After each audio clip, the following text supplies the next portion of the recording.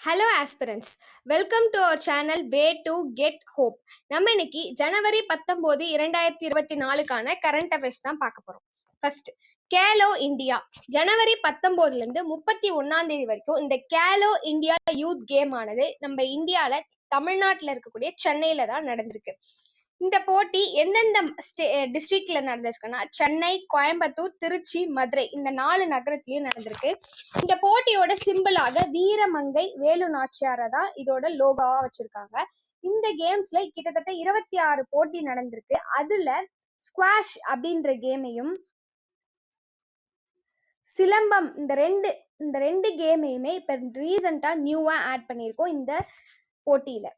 Next, இது எப்போல இருந்து நடந்திருக்குன்னா ஜனவரி 19ல இருந்து 31 வரைக்கும் நடந்திருக்கு. கிட்டத்தட்ட 5600 அத்லெட்ஸ் இதெல்லாம் பார்ட்டிசிபேட் பண்ணியிருக்காங்க. இந்த 5600ல அதிகமா எந்தெந்த ஸ்டேட்ல இருந்து பார்ட்டிசிபேட் பண்ணாங்கன்னா தமிழ்நாட்டுல தான் ஃபர்ஸ்ட் அதிகமா. எவ்வளோன்னா 559 அத்லெட்ஸ் தமிழ்நாட்டுல இருந்து பார்ட்டிசிபேட் பண்ணியிருக்காங்க. நெக்ஸ்ட், சிலை திறப்பு. 44வது செஸ் ஒலிம்பியாட் போட்டியின் லட்சினையான தம்பியின் வெண்கல சிலையை விளையாட்டுத்துறை அமைச்சர் உதயநிதி ஸ்டாலின் அவர்கள் திறந்து வைத்துள்ளார். 44வது செஸ் ஒலிம்பியாட் அப்படின்றது எங்க நடந்திருக்குன்னா அதுவும் நம்ம தமிழ்நாட்டுல தான் நடந்திருக்கு. 2022ல நடந்திருக்கும்.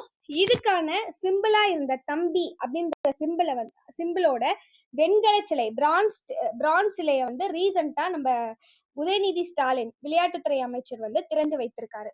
இந்த செஸ் ஒலிம்பியாட் அப்படின்னா என்னன்னா, அந்த செஸ் ஒலிம்பியாட்ன்ற கேமை நம்ம எப்பல இருந்து செலிப்ரேட் பண்றோம்னா 1927ல இருந்து இந்த கேமை செலிப்ரேட் பண்ணிட்டு இருக்கோம். எவ்வளவு வருஷத்துக்கு ஒரு தடவை இந்த போட்டி நடக்கும்னா கிட்டத்தட்ட 2 வருஷத்துக்கு ஒரு முறை தான் இந்த செஸ் ஒலிம்பியாட் கேம் நடந்துட்டு இருக்கு. இந்த வருஷம் ஏசியன் கான்டினென்ட்ல 30 வருஷம் கழிச்சு நம்ம இந்தியால, அதுவும் நம்ம தமிழ்நாட்டுல இந்த செஸ் ஒலிம்பியாட் போட்டி நடந்திருக்கு. அதிகமா எத்தனை கண்ட்ரி இங்க பார்ட்டிசிபேட் பண்ணாங்கன்னா கிட்டத்தட்ட 187 கண்ட்ரில இருந்து இங்க பார்ட்டிசிபேட் பண்ணியிருந்தாங்க. நம்ம தமிழ்நாட்டுல மகாபலிபுரத்துல தான் இந்த கேம் கண்டக்ட் பண்ணியிருந்தாங்க. இதோட சின்னம் தான் தம்பி. அதுதான் ரீசெண்டா ஓபன் பண்ணிட்டு இருக்காங்க. நெக்ஸ்ட், இறப்பு விகிதம். புதுடெல்லியில் அமைதிக்கான ஆசிய பௌத்த மாநாட்டின் தமிழ்நாட்டில் குழந்தைகள் இறப்பு விகிதமானது 1000 குழந்தைகளுக்கு 8.2 என்ற விகிதமாக குறைந்துள்ளதாக தமிழ்நாட்டின் சுகாதாரத்துறை மேலாண்மை தகவல் அமைப்பு தெரிவித்துள்ளது. நியூ டெல்லியில ரீசெண்டா ஏசியா புத்திஸ்ட் கவுன்சில் அந்த மாநாடு நடந்திருக்கு பீஸ்க்காக. அப்ப தமிழ்நாட்டோட குழந்தை இறப்பு விகிதம் 1000 குழந்தைக்கு 8.2 அப்படின்னு குறைஞ்சிருக்கிறதாக நம்ம தமிழ்நாட்டின் சுகாதாரத்துறை சொல்லியிருக்காங்க. நெக்ஸ்ட், சமூக நீதி சிலை. அம்பேத்கர் சிலையானது உலகத்திலே உயரமான அம்பேத்கர் சிலையானது நம்ம ஆந்திராவில விஜயவாடால திறந்திருக்காங்க. இது சமூக நீதிக்கான சிலையாக நிறுவப்பட்டுள்ளது. இது எவ்வளவு மொத்தம் அடினா 206 அடி. நெக்ஸ்ட், மகாதாரி வந்தனா திட்டம். குடும்ப தலைவர்களுக்காக 1000 வழங்கும் திட்டமான மகாதாரி வந்தனா திட்டமானது சத்தீஸ்கர் மாநிலத்தில் தொடங்கப்பட்டுள்ளது. சத்தீஸ்கர்ல குடும்ப தலைவர்களுக்கு 1000 வழங்கும் திட்டம் மகாதாரி வந்தனா ப்ராஜெக்ட். இப்ப தமிழ்நாட்டுல நம்ம கொடுத்தோம் இல்லையா 2023ல, அதுக்கு பேரு கலைஞர் உரிமை தொகை, மகளிர் உரிமை தொகை.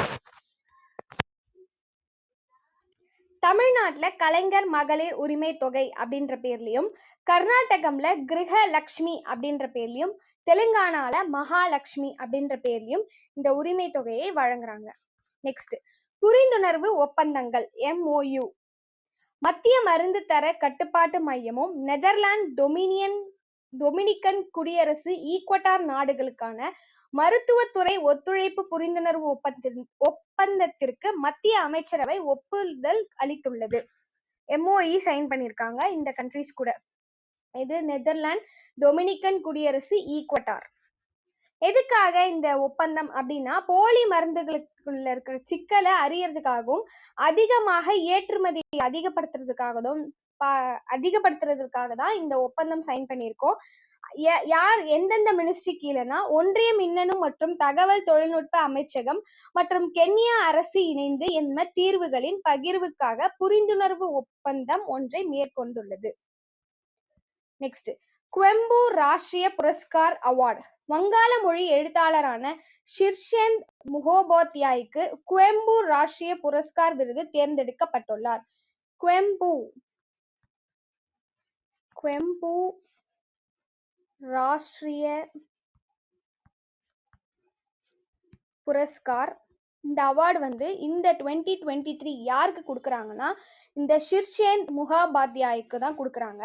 போன வருஷம் அதாவது 2022ல இந்த அவார்டு யார் வாங்கினாங்கன்னா இமயம் அப்படின்ற அவர் தான் வாங்கியிருக்காரு.